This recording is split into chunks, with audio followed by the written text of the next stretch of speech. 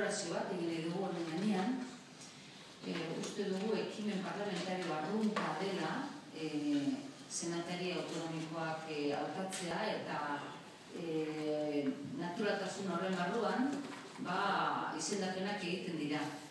Beraz, ardura handia ikusten dugu nola atera egiten den legebiltzarretik arrunta izandako litzatekeen ekimen bat, senatarien izendapena, eta eraman egiten da auzitegietara. Eta ez edozein auzitegira, baizik eta bereziki oso izaera politikoa daukan audientzia nazionalera. Hau da, ez da auzitegi arrunta.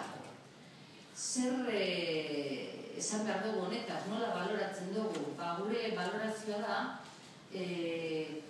baliabide demokratiko arrunten bidez ezin denean, hau da, hautez-ontziek gaitasuna ematen ez duenean, orduan bestelako baliabideak erabiltzen direla. Hau da, epaileen eta tribunalen erabilpen interesatua, erabilpen politikoa.